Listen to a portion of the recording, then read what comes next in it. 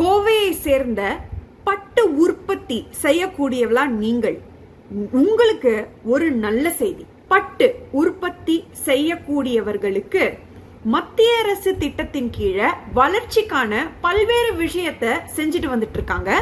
Silk Samagra 2 அப்படிங்கிற திட்டத்தின் கீழே 2021-22 2025-26 வரை தமிழ்நாட்டு உட்பட அனைத்து மாநிலங்கள் நாடு அளவுல நம்மளுடைய இந்திய அளவுல இருக்கக்கூடிய பட்டு உற்பத்தியாளர்களுக்கான பிரத்யேகமான திட்டம் இது. சரி, கோவை மக்களுக்கு என்ன பண்ண போறாரு? அதுதான் உங்களுடைய கேள்வி.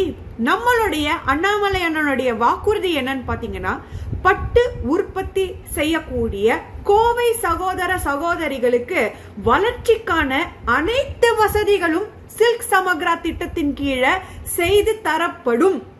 இது அவருடைய வாக்குறுதி.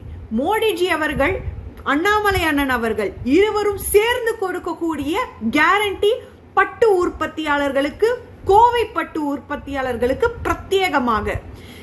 அதனாலேயே வாக்களிப்பீர் தாமரை சின்னத்திற்கு. ஏன்னா இது இருவருடைய கேரண்டி.